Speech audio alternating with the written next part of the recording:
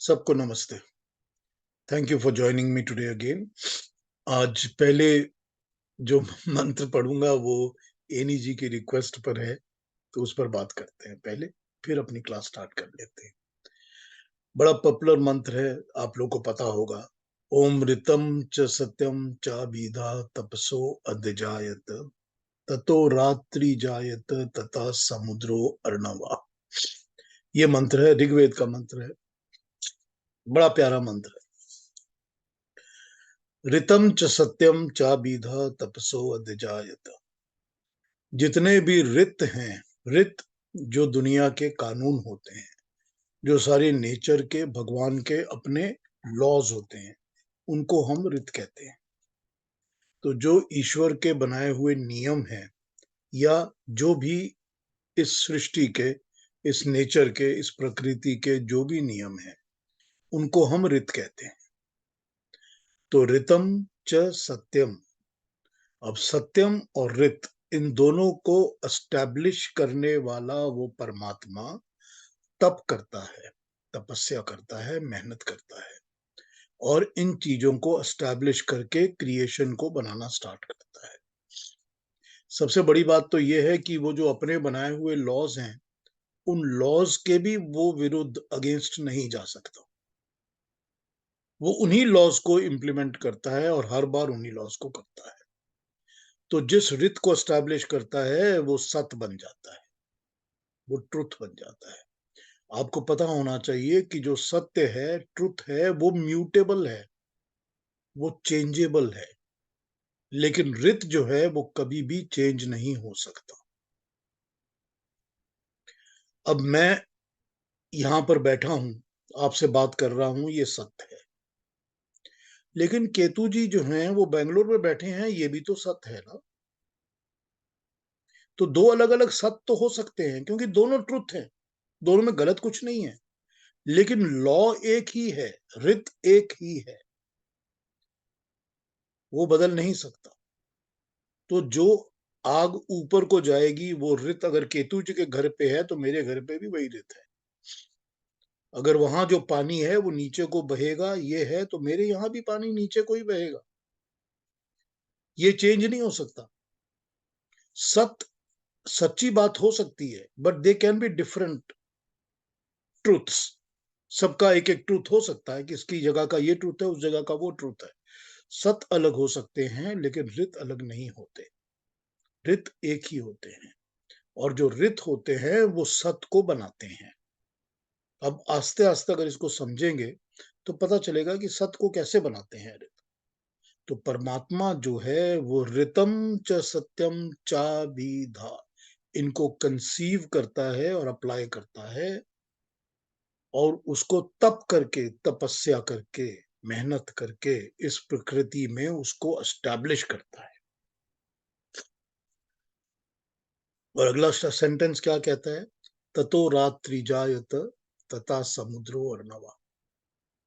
जो अर्णव का समुद्र है, अर्णव वो वाले प्रकृति के दाने, जो कि हम जिनको परमाणु कहते हैं।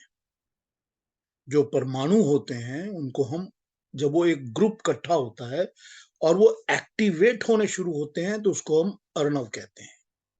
एक्टिवेटेड परमाणु, उसको हम अर्णव कहते हैं। तो अर्णवों के दानों को, जैसे सैंड के दाने होते हैं, सैंड के अलग अलग अलग अलग दाने होते हैं, वो एक जैसे नहीं होते हैं। लेकिन मिट्टी के जो दाने होते हैं, जब उसमें पानी डालते हैं तो उसको हम इकट्ठा करके जोड़ सकते हैं।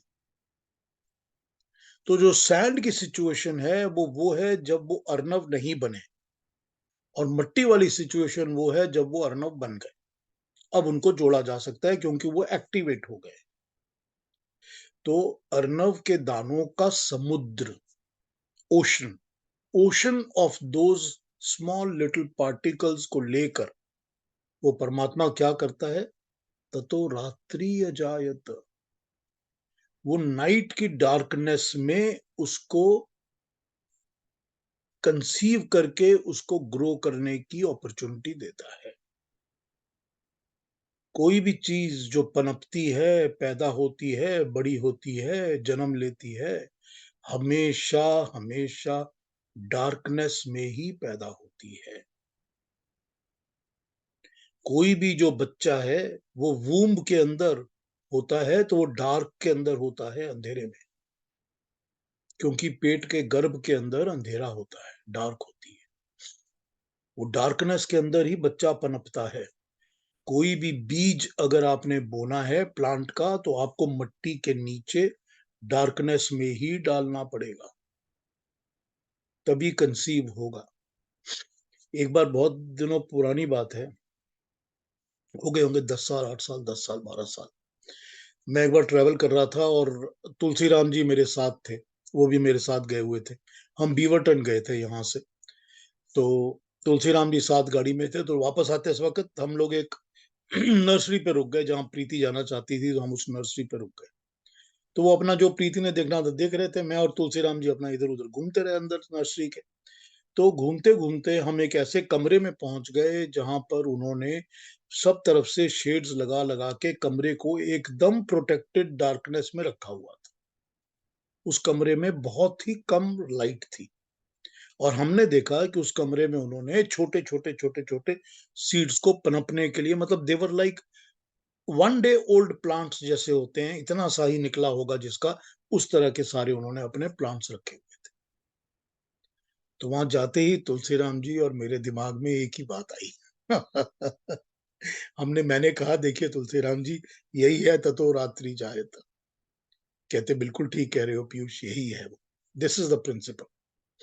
तो ये वो प्रिंसिपल है जो कि कहता है कि रात के ही में ही बीज डाला जाता है। तो परमात्मा ने उस अंधेरी रात, अंधेरे में, रात में ही इस प्रकृति का, क्रिएशन का बीज डाला, इसको, क्रिएशन को स्टार्ट किया। अब इसको दूसरी तरह से अगर सोचेंगे तो हमको पता चलेगा कि जो इसकी क्रिएशन की प्रक्रिया शुरू हुई, क्रिएशन का पूरा प्रोसेस शुरू हुआ, उस क्रिएशन के प्रोसेस के स्टार्ट होने के बाद ही तो सूरज बना ना, सन। और अगर सन बाद में बना तो उसके पहले रोशनी तो हो नहीं सकती। कहां से रोशनी होगी अगर सूरज बाद में बना तो? अब आप कहेंगे कि जो बहुत दूर दूर दूर दूर हमको, साइंटिस्ट को भी जो गैलेक्सीज दिखती हैं, उनमें सब में चकमक चकमक करते हुए तारे और लाइट्स दिखती रहती है। अभी तो कहां से किसी ने एक फोटो भेजी थी जिसमें वो एकदम क्रिसमस लाइट्स की तरह जगमग कर रहे थे, बोलते थे कि 4 बिलियन लाइट ईयर्स के दूर की फोटोग्राफ है ये ठीक है, चकमक करते हैं, लेकिन वो जितनी भी चीजें चमकती हैं, वो सब जगह पर समझ लीजिए कि कोई मेजर सोर्स ऑफ लाइट है जो रिफ्लेक्ट कर रही है, तभी ये लाइट चमक रही है। सभी तारों के ऊपर सूरज की रोशनी पड़ रही है तो वो चमक रहे हैं, या कोई और सोर्स है जिसकी रोशनी पड़ रही है तो चमक रहे हैं। लेकिन उनका जन्म जब हुआ था तब तो वो चमकने वाले पदार्थ नहीं थे। तो जन्म जो होता है वो अंधेरे में होता है। जो कंसीव होता है ना, कंसेप्शन, वो सिर्फ अंधेरे में हो सकती है, डार्कनेस में हो सकती है, लाइट में नहीं होती। अगर उस बीज को जो आप मिट्टी में बोते हैं, अगर उसको थोड़ा ओपन छोड़ देंगे जिस पर रोशनी पड़ती रहेगी, वो बीज कभी पनपेगा ही नहीं। यही होता है सीक्रेट जो इस मंत्र में बताई गई है, छोटी से तरीके से। ततो रात्रि अजायत, जन्म देने के लिए रात को यूज किया जाता है, या रात को, रात्रि को जन्म के लिए ही, जन्म के पर्पस के लिए ही यूज किया जाता है। ठीक है इन्हीं।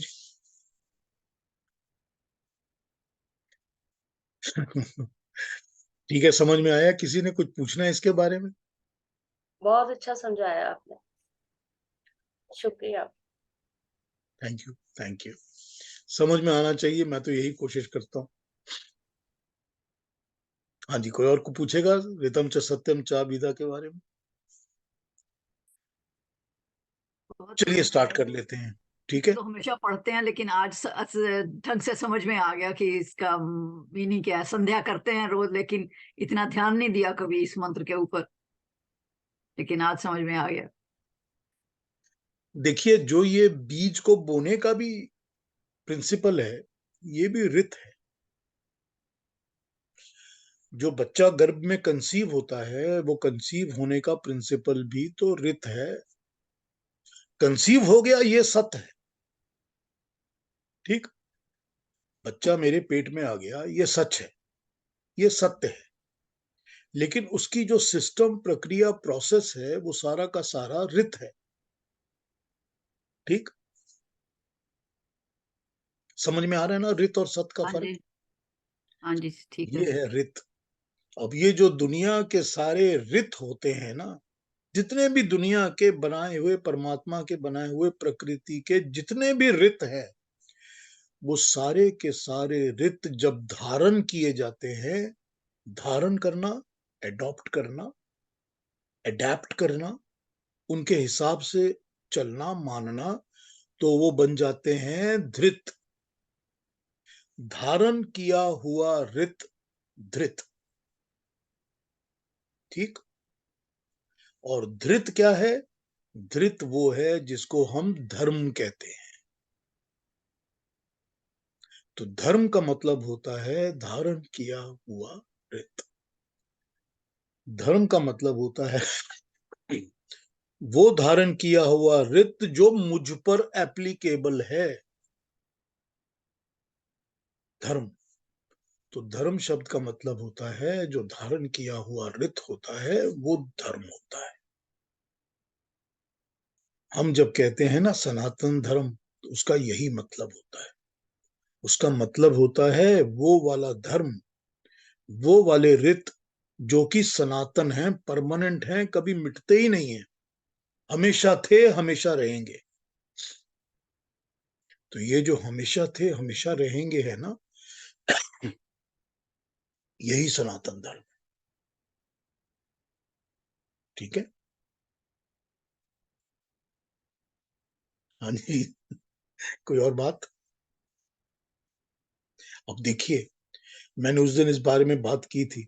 आप संध्या करने बैठिए और ये एक एक वो जो 20-22 मंत्र है ना संध्या के, या 8 मंत्र हैं जो उपासना के, इन मंत्रों में एक एक मंत्र के ऊपर ही ध्यान लगाना शुरू करिए तो मेडिटेशन बैठनी शुरू हो जाती है। इतने डीप और अच्छे अर्थ हैं इनके, इतने डीप अर्थ हैं। जब आप इस पर सोचना शुरू करते हैं और अपना दिमाग इस पर लेकर आते हैं, तो आपका दिमाग जो है वो बाकी दुनियादारी संसार के झमेलों में से निकल जाता है, तो और कहीं लग ही नहीं सकता। तो आपने बोल दिया मंत्र में, आंखें बंद करके आप पढ़ रहे हैं,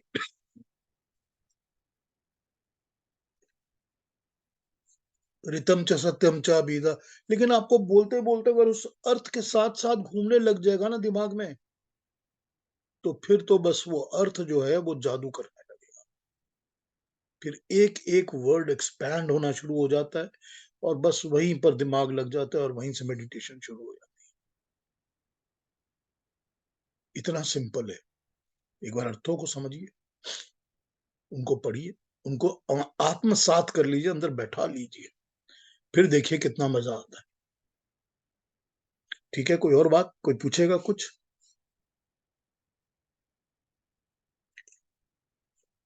आगे बढ़ जाए, चलिए। अरुणा जी 26 पे आ जाइए।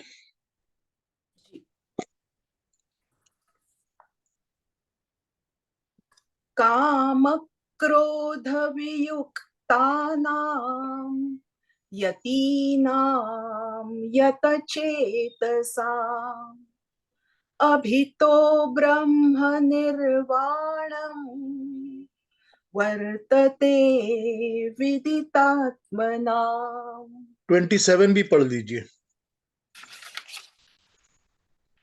स्पर्शान् कृत्वा बहिर्बाह्यांश चक्षुश्चैवान्तरे भ्रुवोः प्राणापानौ समौ कृत्वा नासाभ्यन्तरचारिणौ। थैंक यू अरुणा जी। इस 5वें अध्याय के 5th चैप्टर के टोटल मिला के 29 श्लोक ही हैं। तो आज हमने 26, 27 तो कर लिया अभी। अब ये 26-27 के बाद हम जब 28 और 29 करेंगे तो हमारा ये वाला चैप्टर आज खत्म हो जाएगा। आइए 26-27 को समझते हैं। 26 कह रहा है कि जो यति विदित आत्मा है, आत्मा को जान गए हैं, जो काम और क्रोध से रहित हो गए हैं, जिन्होंने अपने चित्त को, मन को संयत कर लिया है, अपने वश में कर लिया है, उन्हें परम मुक्त ब्रह्म निर्वाण आसपास या सम्मुख रखा हुआ मिल जाता है। जो ऐसे लोग हैं जो कि बुद्धिमान हैं, जो विदित आत्मा है, जिनको अपनी ही आत्मा का पता चल जाता है, नॉलेज हो जाता है कि मेरी आत्मा क्या है, मैं अंदर से क्या हूं, और ऐसे लोग जिन्होंने अपने काम और क्रोध को कंट्रोल करके खत्म कर लिया है, जिन्होंने अपने चित्त को और अपने मन को कंट्रोल करके रखा हुआ है, संयत करके अंडर प्रॉपर कंट्रोल रखा है, ऐसे लोगों के साथ क्या होता है कि उनको लगता है कि जैसे ब्रह्म निर्वाण, परमात्मा को पाना या ईश्वर को पाना बस यूं ही है, सामने ही है, कोई बहुत दूर नहीं लगता, लगता है कि I can easily achieve it. 27 बोल रहा है, बाह्य विषयों के स्पर्श को बाहर करके, दृष्टि को बाहों के बीच में जमाकर, नासिका में चलने वाले प्राण तथा अपान को समान करके। अच्छा चलिए, ये 28 पे कैरी ओवर होगा ये मंत्र, पर इसका कहना यही है कि बाहर के एक्सटर्नल सारे सारे सब्जेक्ट, सारी चीजों से अपने आप को हटाकर और अपनी आंखों को इस जगह पे भावों के बीच में कंसंट्रेट करके, और प्राण जो चल रहे हैं नासिका में उसको एकदम सॉफ्ट करके, समान करके, ना उत्तेजित, ना ज्यादा एक्साइटेड, ना कम, एकदम समान करके। अब आगे बताएंगे कि उसके बारे में क्या बोल रहे हैं, लेकिन 26 और 27 इसकी दूसरी ट्रांसलेशंस भी देख लेते हैं, फिर इस पर आगे बात करते हैं।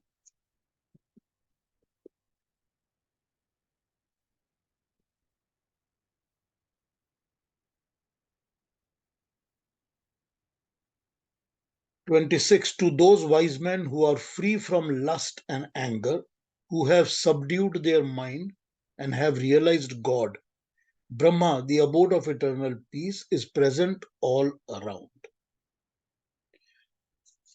27 को मैं 28, 29 के साथ पढ़ूंगा, उसके साथ ही समझाऊंगा।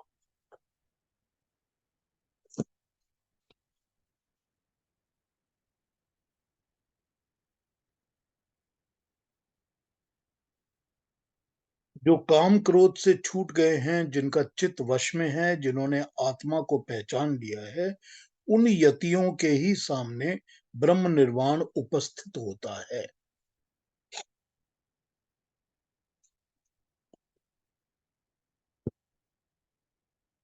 और देख लेते हैं क्या कह रहे हैं। काम क्रोध से रहित हुए और जीते हुए चित्त वाले, जिसका चित्त सजग हो गया है, ऐसे ज्ञानी पुरुषों को सब ओर से ब्रह्म शांति प्राप्त होती है। यहां इन्होंने क्या किया है कि ये एक कंक्लूजन पे आना चाह रहे हैं अपनी पॉइंट्स के ऊपर।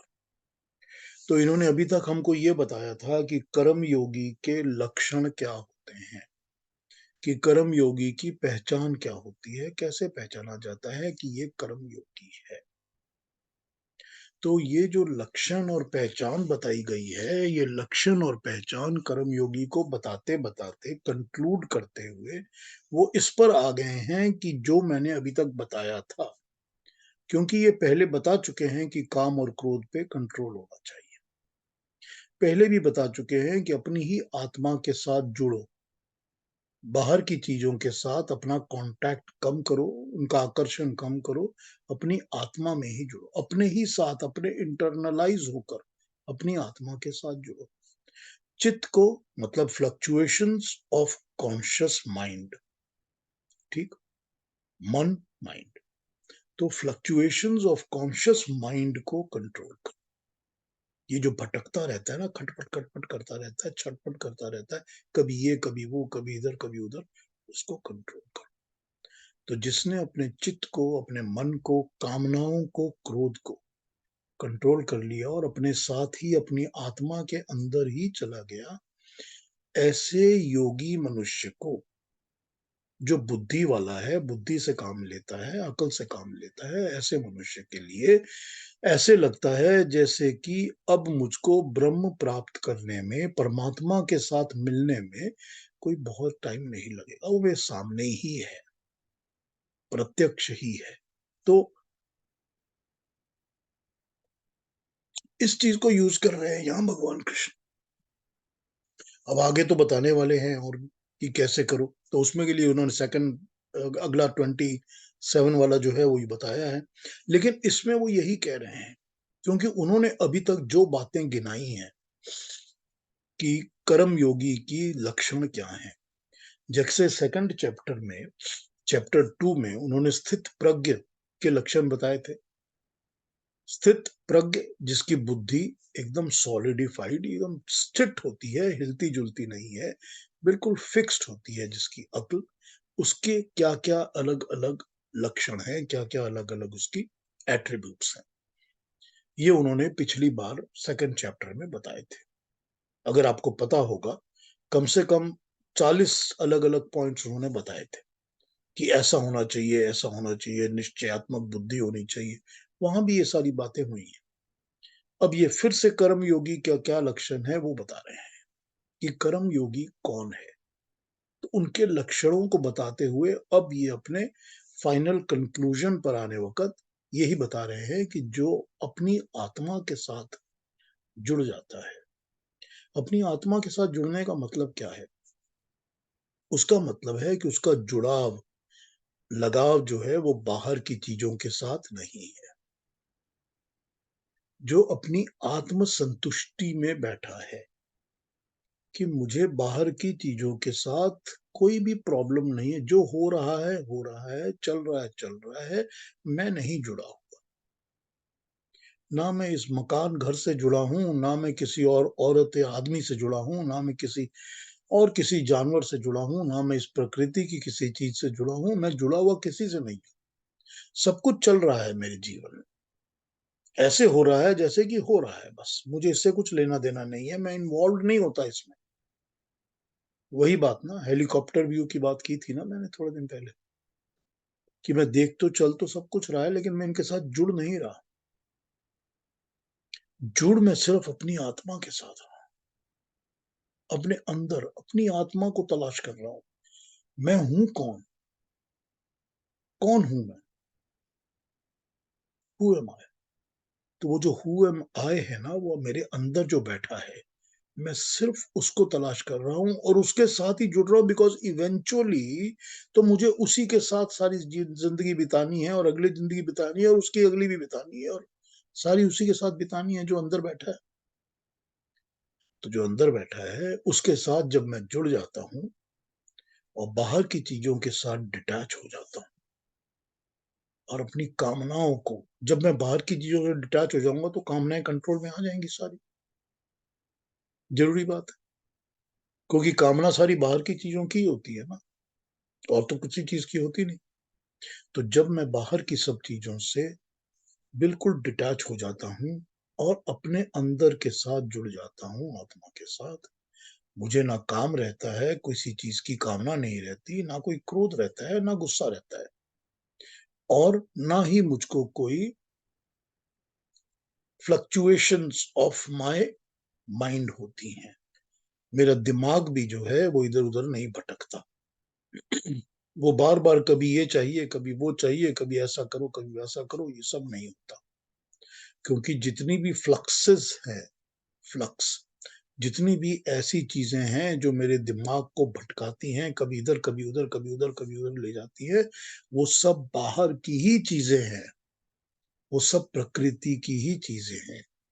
कभी भी अपने माइंड को स्टडी करके देखिए।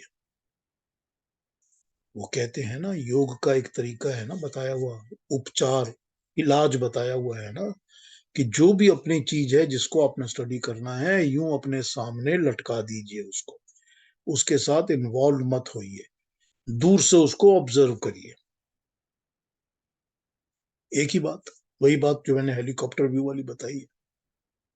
अपने माइंड को ऑब्जर्व करना शुरू करिए कि मेरे माइंड में सारा दिन क्या चीजें हैं जो घूमती चलती फिरती रहती हैं, दौड़ती रहती हैं, कभी इधर कभी उधर लेके जाती हैं, कभी आगे कभी पीछे, क्या है वो चीजें। कभी भी अपने माइंड को, अपने ही माइंड को स्टडी करिए। किसी दूसरे के साथ आपको शेयर करने की जरूरत नहीं है, किसी को बताने की जरूरत नहीं है, कुछ इसमें फीलिंग की जरूरत नहीं है, क्योंकि डिटैच तरीके से आपको देखना है, थर्ड पार्टी व्यू, जैसे एक टीचर अपने स्टूडेंट को देखता है कि ये इतनी सारे 40 बच्चे पढ़ रहे हैं मेरी क्लास में, सबकी किताबें मेरे पास पड़ी हैं, रिपोर्ट्स बनानी है, मैं एग्जामिनेशन के बुक्स के आंसर्स पढ़ रहा हूँ, चेकिंग कर रहा हूँ। उसको ये ध्यान नहीं रहता कि ये बच्चा कौन है, ये है, वो है। वो थर्ड पार्टी व्यू की तरह एग्जामिन करके देख रहा है टीचर। थर्ड पार्टी व्यू की तरह अपने माइंड को स्टडी करिए कि मेरा माइंड जो हर वक्त इधर उधर जाता है, कहाँ घूमता रहता है,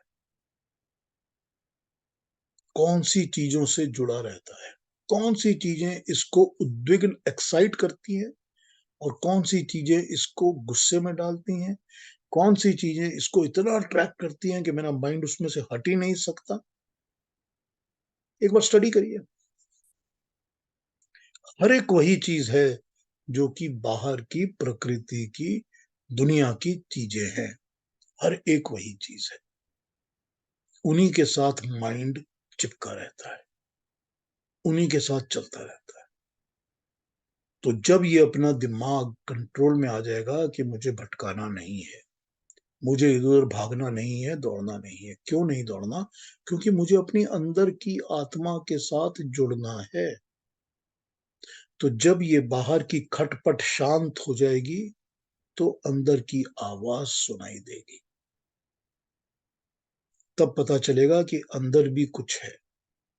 जब बाहर के झगड़े झमेले बंद हो जाएंगे, तो बाहर के झगड़े झमेले बंद होने का ही मतलब है कि जब चित्त पर नियंत्रण होगा, कॉन्शियस के ऊपर, सोच के ऊपर, दिमाग के ऊपर और मन के ऊपर, जब इन पर कंट्रोल होगा, तो इनको अपने आप बुद्धि जो है वो आत्मा की तरफ लेके जाएगी।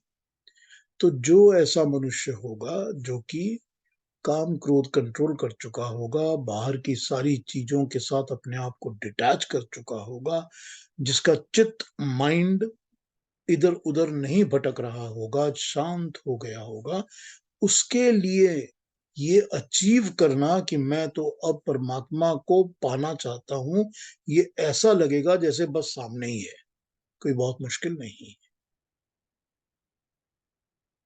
तो क्या किया है भगवान कृष्ण ने? भगवान कृष्ण ने मोडस ऑपरेंडी समझा दिया हमारे को।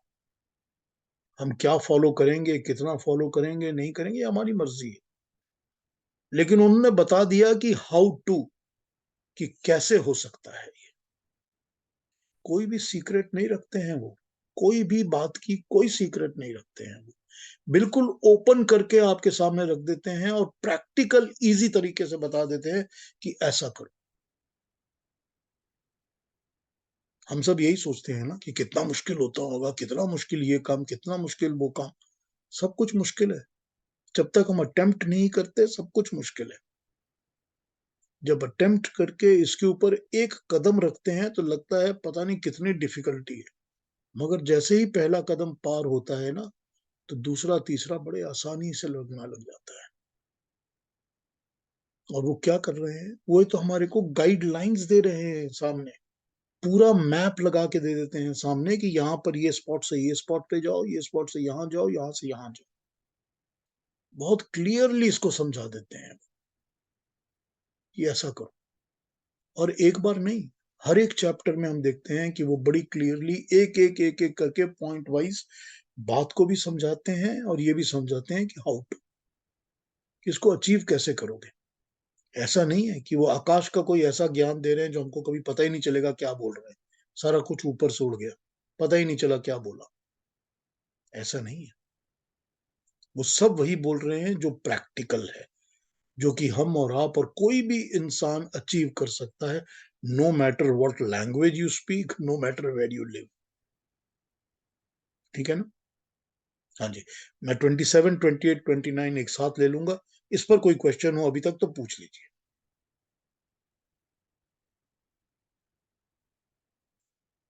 हाँ जी, कोई बात? पीयूष जी, बहुत बढ़िया पीयूष जी, ये हाँ। थर्ड पार्टी व्यू की तरह अपने माइंड को स्टडी करने वाली बात बहुत सही लगी। बड़ी प्रैक्टिकल है, ये योग दर्शन का प्रिंसिपल है। योग दर्शन का ये प्रिंसिपल है। योग दर्शन तो यहां तक कहता है, केतु जी एक मिनट रुक जाइए, योग दर्शन तो यहां तक कहता है कि अपनी कोई भी ऐसी चीज जो कि आपको लगती है कि ये क्यों है, कि मुझे गुस्सा क्यों आता है, कि मुझे यही चीज क्यों अट्रैक्ट करती है इतना, ऐसी कोई भी अपनी चीज को स्टडी करना शुरू कर दीजिए। थर्ड पार्टी व्यू की तरह स्टडी करना शुरू करिए और उस पर मेडिटेट करना शुरू करिए कि ये क्यों है, कि मुझे इस चीज को अपने अंदर से निकालना, हटाना जरूरी है। जैसे ही आप स्टडी करना शुरू करेंगे और जितनी भी इन डेप्थ पे जाना शुरू करेंगे, आप उसकी रूट पे पहुंच जाएंगे कि कहां से ये स्टार्ट हुआ था, कहां से स्टार्ट हुआ था। ये जो मैं घड़ी घड़ी हर बात पे गुस्सा करता हूं, ये जो मैं कभी भी किसी जानवर को देख के डर जाता हूं, ये जो सारे के सारे कुत्ते मेरे ही ऊपर भौंकते हैं, ये कहां से स्टार्ट हुआ था। अगर इसको आप थर्ड पार्टी व्यू की तरह सामने लटका दीजिए और उसके ऊपर मेडिटेट करके उसके ऊपर सोचना शुरू करिए, थिंक करना शुरू करिए कि क्यों हुआ। ये जो थर्ड पार्टी व्यू है ना उसका, वो बहुत चीजें आपको रिवील करना शुरू करेगा। आपको पता लगना शुरू हो जाएगा कि ये कहां से शुरू हुआ और क्यों शुरू हुआ। हो सकता है कि आप 2 जन्म, 6 जन्म, 8 जन्म पीछे चले जाएं। हो सकता है कि वो 8 जन्म पहले की ही कोई बात हो जो कि आपको आज तक जकड़े हुए है, आत्मा के ऊपर छाप बनी हुई है उसकी। और जब आपको वो दिख जाएगा, पता चल जाएगा कि ये वहां से शुरू हुआ था, तो आपके लिए उसको इरेज करना बहुत आसान हो जाएगा। तब आप कहेंगे कि ये लो भाई, यहां से शुरू हुआ था, आज इसको मैंने खत्म कर दिया। I am not interested in this anymore.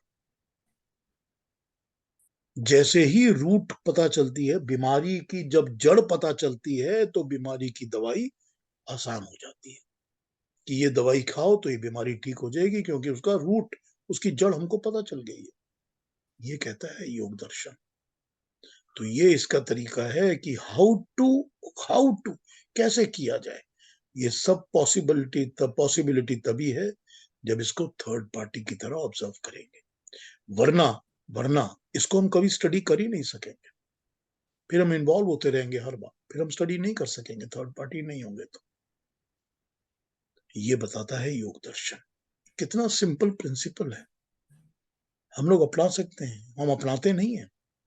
वो कुछ सबसे बड़ी बात तो वही होती है ना, अपने अंदर देखने में ही सबको सबसे ज्यादा डर लगता है। सबसे ज्यादा डर लगता है अपने अंदर देखने में, कि देखो मैं कितना, मेरे को तो ये पता है कि जैसे ही अपने अंदर देखना शुरू करते हैं, डर क्या होता है, इतना ज्यादा उस वक्त लगता है कि मैं तो इतना बुरा इंसान हूं कि मेरे जैसा बुरा कोई दुनिया में नहीं। ऐसा दिखना शुरू हो जाता है अपने अंदर, जब अपने अंदर देखना शुरू करते हैं तो। इसी डर से लोग नहीं करते हैं। लेकिन कितनी अच्छी गाइडलाइंस और प्रिंसिपल दिए हुए हैं, इलाज दिया हुआ है, बड़ा सिंपल है ना। I don't have to take anybody else's help, I can do it myself. जी हाँ जी, केतु जी आप क्या कह रहे थे, बताइए।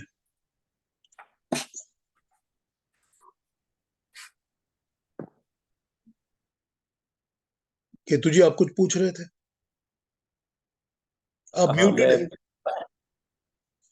वो इंटरनेट की कनेक्शन की वजह से आई वाज डिस्कनेक्टेड। हाँ बताइए। तो अच्छा, मुझे पूछना यह है कि जैसे आपको पता है कि जो काम और क्रोध से मुक्ति पा लेता है और अपने आत्मा से जुड़ जाता है, वही ब्रह्मा के पास हो जाता है।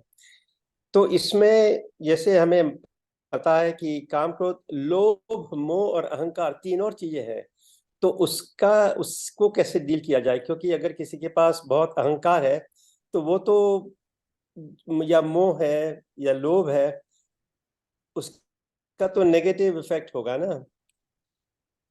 अब देखिए, इनको वो पिछले चैप्टर्स में तो ऑलरेडी डील कर चुके हैं। जो हमारे पिछले चैप्टर्स थे उसमें उन्होंने सारे गिना गिना के डील कर दिए थे। यहाँ पर जब वो आपको काम क्रोध के बाद यही बता रहे हैं कि चित्त और मन को जो कंट्रोल कर लेता है, तो जरूरी बात है कि लोभ, अहंकार और मोह भी उस चित्त के कंट्रोल में आ गए ना, माइंड और चित्त के कॉन्शियस के कंट्रोल। तो कंट्रोल तो फिर वही हो गया ना कि जब हमने अपने मन को, अपने कॉन्शियस को कंट्रोल किया तो हमको पता चल गया कि मुझे ये अहंकार मेरा है, मुझे ये नहीं करना। अगर मैं अहंकार करूंगा तो अपनी आत्मा के साथ तो मैं जुड़ नहीं पाऊंगा, क्योंकि अहंकार आत्मा में तो है नहीं। तो मुझे अगर अपनी आत्मा से जुड़ना है तो मुझे अहंकार नहीं करना। और अहंकार किस चीज का है? अहंकार भी तो वो बाहर की चीजों का ही है जो दुनिया में लगी हुई है, जिनसे मुझको डिटैच होना है। किस चीज का अहंकार है? किसी भी चीज का अहंकार जो है, जो भी गुरूर है, जो भी अभिमान है, जो भी, वो भी हर चीज वही चीज है जो कि बाहर प्रकृति से मिली हुई है। कि मुझे अपनी अकल का बहुत अहंकार है, मैं बहुत अक्लमंद इंसान हूं। वो अकल भी तो प्रकृति से मांगी हुई बुद्धि है ना, वो भी तो प्रकृति से मांगी है। या मेरे को अपनी खूबसूरती का बहुत गर्व है कि मैं इतना खूबसूरत हैंडसम इंसान हूं, कहां से मिली है ये भी तो प्रकृति से ही मिली हुई है ना। तो अहंकार तो हर उसी चीज का है जो कि बाहर की चीज है, जो कि इस प्रकृति से हमने बोरो की हुई है, जो हमारे आत्मा की गुण नहीं है। तो जब काम, क्रोध और चित्त और मन को कंट्रोल करेंगे और बाहर से डिटैच होंगे, तो जरूरी बात है अहंकार, लोभ, मोह सब खत्म हो जाएगा। किस चीज का लोभ, किस चीज का मोह? लोभ और मोह भी तो सब बाहर की चीजों का ही है ना। वो भी तो कोई इंटरनल तो लोभ और मोह नहीं है ना। वो भी तो किस चीज का लोभ है? कौन कौन सी चीज को पाना है आपने? ऑब्वियसली कोई ना कोई मटेरियल चीज ही है, दुनिया की बनाई हुई वेल्थ। किस चीज का मोह है आपको या लोभ है? तो वही बात है ना।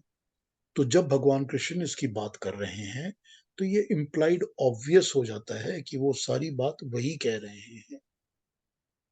ठीक है ना। तो पांचों चीजों को एक साथ लेना चाहिए, कोई पहली दो चीजें ओवरराइड नहीं करती हैं। लोभ, मोह और अहंकार को भी साथ में ही लेना चाहिए। हाँ, तो उसमें आ जाता है ना, जब आप बाहर की चीजों से डिटैच होते हैं और चित्त और मन को कंट्रोल करते हैं तो ये अपने आप वाइप आउट हो जाते हैं।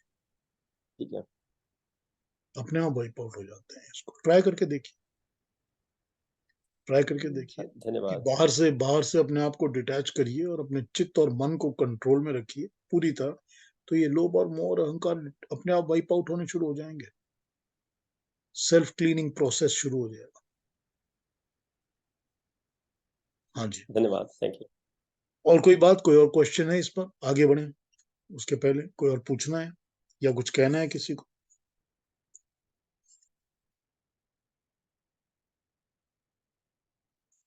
तो 27, 28, 29 को ले लेते हैं एक साथ, उन पे बात करते हैं। जो उस पे रह जाएगा वो कल बात करेंगे और कल 5th चैप्टर का कंक्लूजन भी करेंगे। ठीक है। तो अरुणा जी, आप 28, 29 भी पढ़ दीजिए हमारे को, फिर मैं 27, 28, 29 एक साथ समझाता हूँ। आप पढ़ दीजिए हमारे को। जी। यतेन्द्रिय मनोबुद्धिर मुनिर्मोक्ष परायणः विगतेच्छा भय क्रोधो यः सदा मुक्त एव सः भोक्तारं यज्ञ तपसां सर्वलोकमहेश्वरम् सुहृदं सर्वभूतानां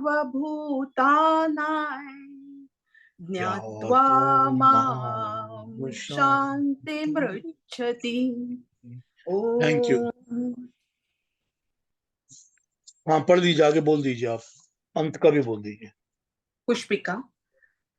हाँ। ओम तत्सदिति श्रीमद्भगवद्गीतासु उपनिषत्सु ब्रह्म विद्यायां योगशास्त्रे श्रीकृष्णार्जुन संवादे कर्म संन्यास योगो नाम पंचमोऽध्यायः। धन्यवाद। Thank you Aruna ji, thank you so much, thank you so very much. तो हमने आपको 27 बताया। 27 बोल रहा है कि बाहर के विषयों के स्पर्श को बाहर करके दृष्टि को बाहों के बीच में जमाकर नासिका में चलने वाले प्राण तथा अपान को समान करके 28 कह रहा है इंद्रियां, मन और बुद्धि को वश में करने वाला मोक्ष पाने के लिए कटिबद्ध, इच्छा, भय तथा क्रोध से रहित जो मुनि है वो सदा मुक्त ही है। जो मेरे विषय में जानता है कि मैं यज्ञ और तप का भोक्ता हूँ, यज्ञ और तप का भोक्ता हूँ, सब लोगों का महेश्वर हूँ, सब प्राणियों का सुहृद हूँ, वो ऐसा जानकर शांति को प्राप्त होता है। 27, 28, 29 की दूसरी ट्रांसलेशंस पढ़ते हैं, फिर समझाने पर आ जाता हूं।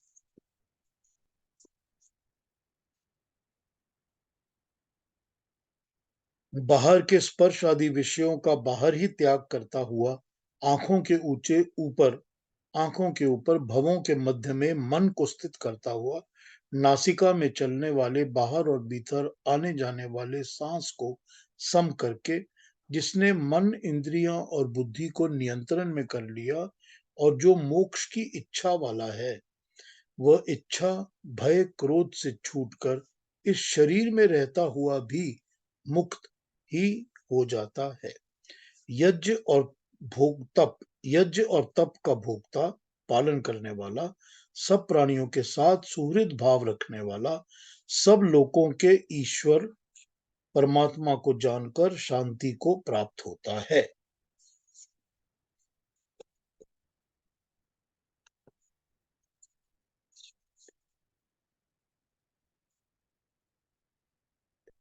Shutting all thoughts out of external enjoyments, with the gaze fixed on the space between the eyebrows, having regulated the prana, outgoing, and the apana, incoming breath, flowing within the nostrils, he who has brought his senses, mind, and intellect under control, such a contemplative soul intent on liberation and free from desire, fear, and anger, is ever liberated.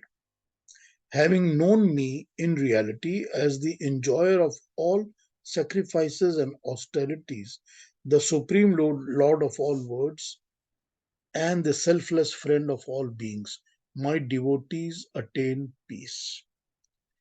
Thus, in the Upanishad sung by Lord of Science and Lord Brahma, the scripture of yoga, the dialogues between Sri Krishna and Arjuna, and the 5th chapter, which is titled The Yoga of Action and Knowledge.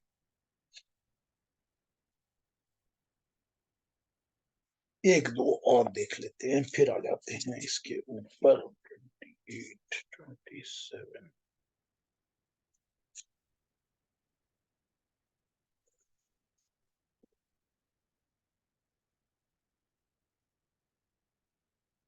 बाहर के स्पर्शों को बाहर रोककर नेत्र को दोनों बाहों के बीच में एकाग्र करके अति गंभीर चिंतन की यही मुद्रा है।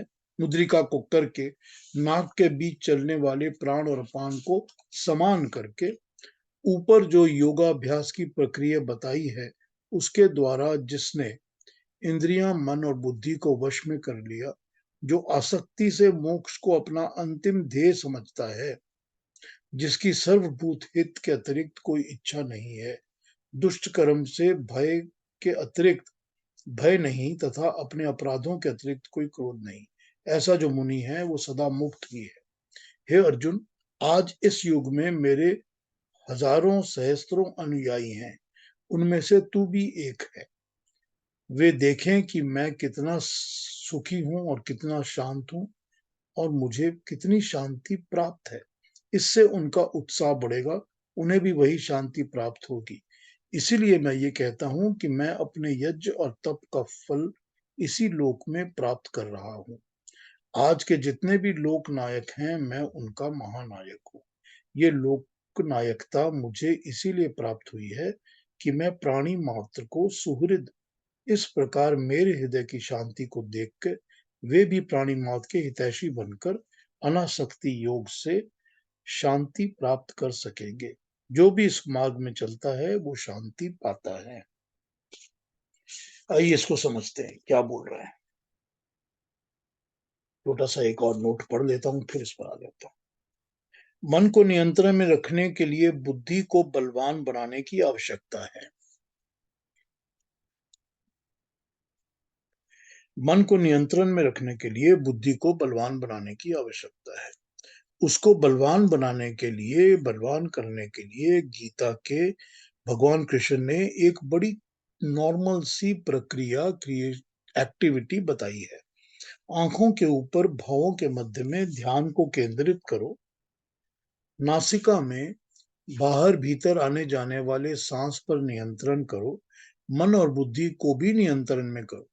तब यज्ञ का परिश्रम से पालन करता हुआ मनुष्य सब प्राणियों में समभाव रखता हुआ इस लोक में, इस जीवन काल में तथा 9 द्वारों वाले इस शरीर में रहता हुआ भी उस सुख और शांति को प्राप्त कर सकता है जिसको मोक्षावस्था कहते हैं। पहले इनको समझ लेते हैं थोड़ा सा, फिर इस पर आगे बात करते हैं। उन्होंने क्या किया है कि उन्होंने एक प्रक्रिया बता दी है कि हाउ टू। वो ये कहना चाहते हैं कि ये पहली बात तो ये है कि ये जरूरी नहीं है कि तुमने किसी पंडित को घर में बुलाना है। वो पंडित ही तुम्हारे को मंत्रों को पढ़ पढ़ के तुम्हारे नाम पर पूजा कर करके तुमको मोक्ष दिलवाएगा। ये कहीं भी जरूरी नहीं है। ये भी जरूरी नहीं है कि तुमने कहीं किसी मंदिर में जाकर ही मोक्ष प्राप्त करना है। वो तुम घर बैठे इसी शरीर में, इसी जन्म में प्राप्त कर सकते हो। कितना सिंपल है, कितना सिंपल है जो बता देते हैं वो आपको। कितना वो आपके पास से टेंशन को हटा देते हैं कि ये मत सोचो कि फलाना जो है वो इतना बड़ा महात्मा है, उसको तो मिल गया, मुझे नहीं मिलेगा क्योंकि वो वहां बैठा है, यहाँ बैठा है, यहाँ प्रेयर कर रहा है, उसके 4 भक्त हैं, उसको। ये सब नहीं है। बड़ा सिंपल है कि तुम अपने लिए अपने आप भी कर सकते हो। क्या करना है? अब वो 1 2 3 4 करके उन्होंने इतनी चीजें बता दी ना कि ये करो, ये करो, ये करो। उसके बाद वो क्या कहते हैं? उसके बाद वो कहते हैं कि जो अपने मन को, अपने ध्यान को आंखों के मध्य में, भावों के बीच में, थर्ड आई जिसको कहते हैं, तीसरी आंख जहां होती है, वहां पर लगा ले अपने ध्यान को। वहां पर मेडिटेट करे और सांसों पर नियंत्रण रख ले। सांस ना ज्यादा तेज चले, ना ज्यादा तेज आए, ना जाए। जो होना चाहिए वैसा ही होना चाहिए। मेडिटेटिव स्टेट बता रहे हैं ना वो। ऐसे ही तो मेडिटेशन होती है ना। कोई भी दुनिया के जितने भी, सारी दुनिया के मेडिटेटिव स्टूडियोज हैं, इसी को फॉलो करते हैं ना। करते हैं ना वो, चाहे वो एक्नॉलेज करें या ना करें।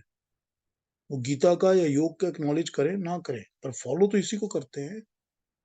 तो इस योग की प्रक्रिया को बता रहे हैं कि जो इस तरह से अपने ध्यान को लगाएगा और अपने आप को कंट्रोल में रखेगा, वो, उसके लिए ब्रह्म को पाना, मोक्ष को पाना कोई मुश्किल काम नहीं है। तो उन्होंने आपको कर्म योगी के 1 2 3 4 5 6 स्टेप्स बता बता के यहाँ पर लीड करके ले आए हैं कि दिस इज हाउ, इसी शरीर में, इसी जन्म में तुम अपने आप मोक्ष को प्राप्त हो सकते हो। अपने घर बैठे हुए, अपने आप में ही बैठे हुए, किसी की हेल्प के बिना, इसी को एक्सेप्ट करके, इसी को मानते हुए तुम मोक्ष को प्राप्त कर सकते हो इसी जन्म में। कोई भी मैं मुश्किल बात नहीं बता रहा आपको, यही बता रहे हैं भगवान कृष्ण। और लास्ट जो मंत्र है 29 जो है, उसमें वो ये कहते हैं कि मैं, जो मुझे जानता है एनीबडी हु नोज मी, अब यहां पर मी को आप परमात्मा समझ लीजिए कि जो ईश्वर को, परमात्मा को जानता है वो ये जानता है कि परमात्मा यज्ञ और तप करने वाला है और उसी को अप्रिशिएट करता है। तो यज्ञ क्या है?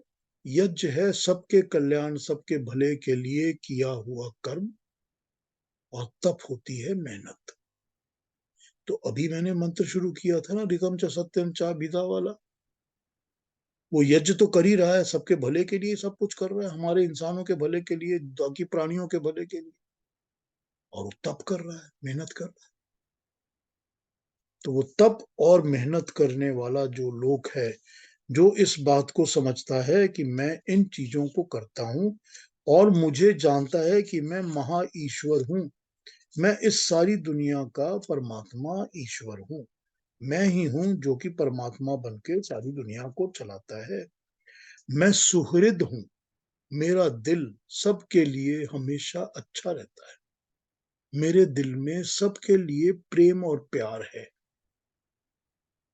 हर प्राणी के लिए, हर जीव के लिए, हर वस्तु के लिए मेरे दिल में प्रेम है या प्राण है, प्यार है। जो ये जानता है, जो मुझे इस तरह पहचानता है, वो मुझको ही तो फॉलो करेगा ना।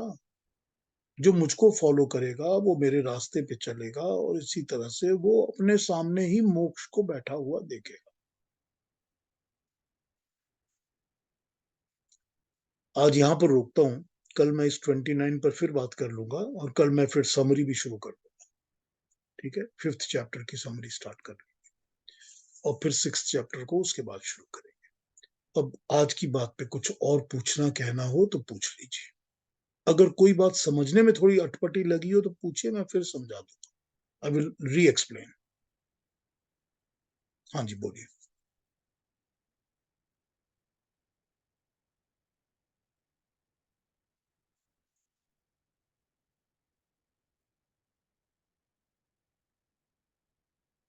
सब ठीक है?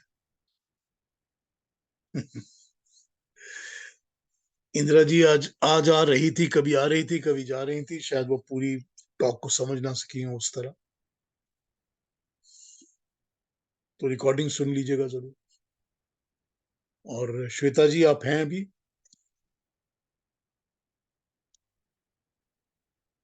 हाँ जी सर, नमस्ते सर। मैं नमस्ते बिल्कुल श्वेता हूँ, जी। यहीं पे हूँ। कुछ पूछना है आज के बारे में, आज की टॉक के बारे में? मैं अभी चिंतन मोड में चली गई हूँ। अच्छा है ना। बहुत कुछ है। पिछले सेशन भी वो क्रिकेट के चक्कर में मिस किया, कुछ गेस्ट आ गए थे घर में और सबका प्रोग्राम बन गया तो मिस करना पड़ा। तो वो भी सेशन देखा मैंने, बहुत ही बढ़िया था। तो नहीं सर, अभी बहुत क्लियर है, बट मुझे थोड़ा इस पे और चिंतन करना है, and then I will get back to you. जरूर जरूर जरूर चिंतन करिए, और मैं वेट करूंगा कि आप पूछेंगी, और हम कंक्लूजन पे बात करेंगे, तब भी कुछ भी पूछ लीजिएगा ना बीच में, जब दिल करेगा पूछ लीजिएगा। ठीक है ना? जी सर, ऐसा लग रहा है कि हम बात करते हैं एक आत्मा होती है, बट ये आत्मा के भी इतने सारे लेयर्स हैं, एक एक करके खुल रहे हैं, शुद्धिकरण, उसके बाद पता नहीं और कितने सारे लेयर्स हम इसमें से निकल रहे हैं। तो that is really amazing. Amazing तो है ही, बिल्कुल। हम लोग सोचते नहीं ना इसके ऊपर, तभी हमको पता नहीं चलता। बिल्कुल अमेजिंग है। अरुणा जी कुछ कहेंगी? जी, मैं 29 श्लोक का एक्सप्लेनेशन के लिए रुकूंगी, क्योंकि मुझे उसमें जो भगवान श्री कृष्ण कह रहे हैं कि सबका भोक्ता मैं हूं, ये जब तुम समझ जाओगे तब तुम मुक्ति की तरफ जाओगे। तो ये भगवान श्री कृष्ण भोक्ता कैसे रहते हैं, होते हैं, ये मेरे इतने समझ में यहाँ नहीं पर आया। मतलब ये है कि जो तुम्हारे कर्म ऐसे होंगे, जो यज्ञ रूपी होंगे और तप रूपी होंगे, उन्हीं को मैं ग्रहण करूंगा, उनको ही मैं, उनका ही भोग करूंगा। तो जब मैं उनको ग्रहण करूंगा, लूंगा, अडॉप्ट करूंगा, तभी उन कर्मों को रिकॉग्नाइज करके मैं तुमको मुक्ति दूंगा। ठीक। यहाँ जी पर परमात्मा को जो हम किसी भी चीज का भोग लगाते हैं कि हे प्रभु, हमने आज खिचड़ी बनाई है, तो पहले थोड़ी सी खिचड़ी हमने ईश्वर के लिए भोग के नाम पर, परमात्मा के नाम पर रख के आगे कर दी, फिर हम खाना शुरू करते हैं। तो हम ये सोचते हैं कि परमात्मा उस भोग को लगा रहा है, खा रहा है, भोगता है, तो हमको इस चीज का आशीर्वाद मिलेगा, यही सोचते हैं ना। तो यहाँ पर क्या है, यहाँ पर वो कह रहे हैं मैं यज्ञ और तप का भोगता हूं, कि जो यज्ञ रूपी कर्म करते हैं और तप तपस्या करते हैं, मेहनत करते हैं, मैं उनका ही प्रसाद ग्रहण करता हूं, मैं उनका ही आशीर्वाद देने के लिए उनके ही दिए हुए प्रसाद को मैं एक्सेप्ट करता हूं, और फिर मैं उनको मुक्ति की तरफ, मोक्ष की तरफ लेके जाता हूं। ठीक, कुछ समझ, क्लैरिफिकेशन हो रही है? जी पीयूष कितने जी, कितने प्यारे और सुंदर तरीके से समझाते हैं ना, देखिए। हाँ जी, क्या कह रही हैं, बताइए। no, when you're saying you meditate and you can find out when the anger came into you, and you become aware of it, what if you can't find out kis janam mein you got that emotion, but you are aware you have that emotion in you, then do you still get rid of it? Janam doesn't matter, because of once you come to know the cause, the Okay. root cause. If you come to know the root cause, eradicating becomes easy. Okay, all right. That's what it is. जन्म में कोई फर्क नहीं पड़ता, हो सकता है इसी जन्म का संस्कार हो सकता है पिछले 15-20 जन्मों का संस्कार हो, Okay. लेकिन उससे फर्क नहीं पड़ता। फर्क यही है कि जब रूट कॉज पता चल जाएगा तो इरेडिकेट करना इजी हो जाएगा। Okay. Thank you. ठीक है। हाँ जी, कोई और बात? अरुणा जी, रोक पीयूष लिया जी, था बीच में, आप समझ गई थी ना जो मैं बोल रहा था? जी जी मैं समझ गई। हाँ जी, कौन बोल रहा यानी है? सभी जो भी हमारी काम हम करते हैं, जो भी वो एक यज्ञ की भावना से जब करते हैं तब वो परमात्मा को पहुंच जाता है। तप और यज्ञ, है ना? जी यज्ञ की भावना मतलब सबके भले के लिए, और हाँ तप की भावना मतलब मेहनत करना। जब हम मेहनत। अपनी इन सब चीजों पर मेहनत करेंगे कि हमने अपने काम क्रोध को कंट्रोल करना है, हमने अपने चित्त को, मन को कंट्रोल करना है, अपने अपने कर्मों को कंट्रोल करना है, बाहर से निकाल के अंदर लगाना है, ये सब कुछ भी तो तप है ना, ये भी तो मेहनत है ना। तो हम जब इस चीज को करेंगे और डेडिकेटेडली करेंगे तो वो परमात्मा इनको ग्रहण करेगा, हमारा प्रसाद एक्सेप्ट करेगा, हमारी भेंट एक्सेप्ट करेगा, और हमको इसका आशीर्वाद देगा। ठीक है ना? जब ये समझ में आता है तब पता चलता है कि कितना प्रोफाउंड मीनिंग है। नहीं तो इतने दिनों तक हम जो प्रसाद, यानी एटलीस्ट मेरा तो ये था कि एक ग्रेटिट्यूड की भावना से हम भगवान को जो भी हम नैवेद्य बोलते हैं वो जो देते थे, वो एक ग्रेटिट्यूड की भावना से कि हमारे हाथ में तो कुछ नहीं है, उसके ही प्रभाव से हमें मिल रहा है, इसलिए एक kind of saying thank you. लेकिन अब पता चला कि वो क्या भावना होनी चाहिए। थैंक्स तो उसमें हो ही जाती है, ऑब्वियसली थैंक यू तो हो ही जाती है उसमें, लेकिन उसके साथ साथ जो यज्ञ और तप की बात कर रहे हैं भगवान कृष्ण, ये बहुत जरूरी हो जाता है ना उसके अंदर, बराबर। क्योंकि वही तो वो समझा रहे हैं इतनी देर से, वही तो बता रहे हैं, समदृष्टि बताते हैं कि सबको एक नजर से देखो, तो अब ऑब्वियसली उसमें सबका कल्याण करने की बात आ जाती है। जी तो इसी तरह पॉइंट बहुत, वाइज अपनी बात को समझा रहे हैं। नहीं अभी बहुत क्लियर हो गया, धन्यवाद। Thank you. हाँ जी, कोई और बोल रहे थे कुछ बीच में?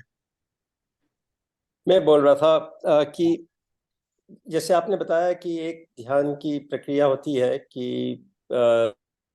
तीसरे नेत्र की तरफ ध्यान करके, श्वासों पर कंट्रोल करके तो एक तो यह, और एक और चीज है कि हमारी जो चक्र है, 7 चक्र, उनको जागृत करने की भी एक एक तरीका होता है, मूलाधार से लेकर सहस्त्राधार तक, और उसमें फिर जो एनर्जी फ्लो होती है, तो उसमें भी तो ब्रह्मा के पास जाने का तरीका मिल जाता है कि नहीं? जो 8 चक्र, 7 नहीं 8 चक्र होते हैं, अष्ट चक्र 9 द्वार। तो जो 8 चक्र होते हैं वो 8 चक्रों पे मेडिटेट करना और उनके ऊपर भी ध्यान लगाना भी प्रक्रिया है। वो क्यों किया जाता है? वो किया जाता है ताकि हमारे सुषुम्ना नाड़ी जो है उसमें जागरण हो, और सुषुम्ना नाड़ी जो है वो पावर को खींच के सहस्रार तक ऊपर तक लेकर आए, और यहां से हम ब्रह्म के ऊपर मेडिटेट कर सकें। ठीक, राइट। वो योग की क्रिया है। यहाँ तो भगवान कृष्ण पूरा योग नहीं समझा रहे ना, लेकिन यही समझा रहे हैं कि तू इतना ही कर कि यहाँ पर अपने ध्यान लगाना शुरू कर। आज्ञा चक्र, ठीक है ना, इसको आज्ञा चक्र ही कहते हैं ना। राइट। तो आज्ञा हाँ जी, चक्र के ऊपर बिल्कुल। ध्यान लगाना शुरू कर। तू आज्ञा पर लगा, ललाट पे लगा या सहस्त्रार पे लगा, एक ही बात है ना। इजी इजी टू डू होता है कि जब यहाँ पर इंसान अपने ध्यान को लगा सकता है, सबसे इजी टू डू होता है। और ठीक है। इजी टू डू होता है, यहाँ पर जो मेडिटेशन स्टूडियोज होते हैं वो आपको बताते हैं कि नाक की टिप के ऊपर ध्यान ले आइए। क्यों बताते हैं? क्योंकि नाक की टिप आपको आंखों से दिखती है।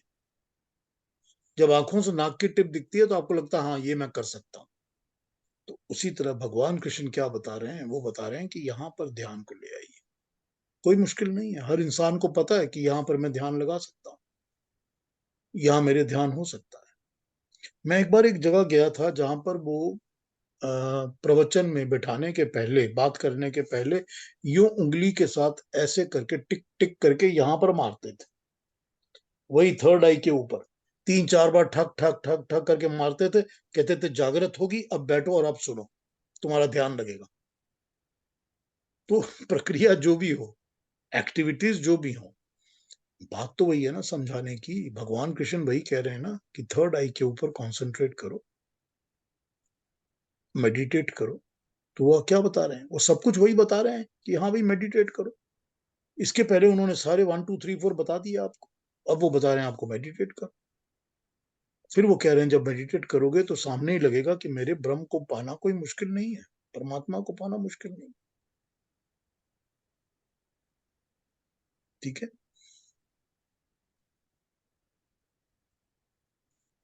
आप म्यूटेड हैं। तो हम लोग छोटे थे वहाँ कैलकाटा में, तो अर्थवेदी के लिए किसी मास्टर जी को लाए थे पापा। तो कभी कुछ अर्थमेटिक समझ में नहीं आता था, तो यहाँ ब्रेन में मारते थे वो टक टक करके। फिर वो कहते थे कि अब तुमको समझ ठीक है, ठीक है। anyway, that was on the lighter side, so वैसे नॉर्मली भी जब लोग कहते मुझे समझ नहीं आया, ऐसे ही करते हैं, माथे पे हाथ मारते हैं उसके बाद। हाँ जी, और कोई बात, कोई क्वेश्चन, कोई कंसर्न? लास्ट सेशन में आपने वो बोला था कि मन को दोष स्थान कहा गया है, सारे दोष वहीं उत्पन्न होते हैं, बट आपने साथ में ये भी बोला कि मन में संस्कार भी होते हैं। मन में संस्कार, तो कैन यू मन में डिफाइन? संस्कार जो होते हैं वो आत्मा में होते हैं और वो मन के थ्रू प्रकट होते हैं, लेकिन मन में दोष भी तो होते हैं ना। आपका मन ही है ना जो आपको कह रहा है कि मुझे बैठ के गीता के लेसन को सुनना है। मन ही तो कह रहे हैं ना आपको, तो बुद्धि उसका पालन कर रही है। ठीक है ना, लेकिन ये मन ही तो है जो इधर उधर भागता भी रहता है ना, कि कभी ये गंदगी, कभी वो खराब चीज, कोई वो बुरी बात। मन ही तो कराता है सारा कुछ। तो दोष भी तो मन के अंदर ही है। मन के दोषों को जब साफ करेंगे, जब सफाई शुरू करेंगे, तो गंदगी निकलेगी, तो अपने आप अंदर की जो सफाई है, सफात चीजें हैं, साफ की हुई चीजें हैं, वो चमकने लगेंगी। तो मन भी तो वही है ना, मन भी तो यही है जिसके अंदर दोष तो भरे हुए हैं, लेकिन अच्छी चीजें भी तो हैं, संस्कार भी तो हैं, वो भी तो मन के थ्रू ही आते हैं ना, प्रकट होते हैं। तो दोनों बातें हैं ना। जब बुराई निकलेगी तभी तो अपने संस्कार चमकेंगे ना। कोई ना कोई दोष तो मन के अंदर उठते रहते हैं, जिसको हम अटकाते रहते हैं कि भी ये क्यों चल रहा है, वो क्यों चल रहा है, इसको हटाओ, उसको हटाओ। तो मन के अंदर ही तो आते हैं चीजें, और मन ही तो अंदर से कहता है ना कि ये काम मत कर भाई, ये ठीक नहीं है। तो संस्कार भी मन के अंदर है और दोष भी मन के अंदर है। ठीक है ना। सुनते हम किसकी हैं ये दूसरी बात है। मानते हम किसकी हैं ये दूसरी बात है, कि मन किस तरफ ज्यादा लुढ़कता रहता है ये दूसरी बात है। तो तभी तो मन को कंट्रोल करना है ना।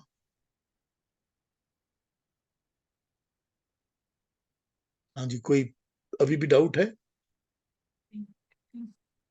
वो बोलते हैं ना, दो मन होते हैं, एक मन कहता है ये कर, एक मन कहता है। उसी को संशय और दुविधा कहा गया है, उसी को कहा है डाउट्स, उसी को कहते हैं भगवान कृष्ण संशय रहित हो जाओ, डाउट्स को हटा दो। मतलब वो दूसरा मन जो है उसको उठा के बाहर फेंक दो, वही एक ही मन को रखो, फिक्स करके रखो कि जो अच्छा ही है उसकी तरफ ही मन जाएगा, दूसरी तरफ जाएगा ही नहीं। ये संशय डाउट्स हट जाने चाहिए।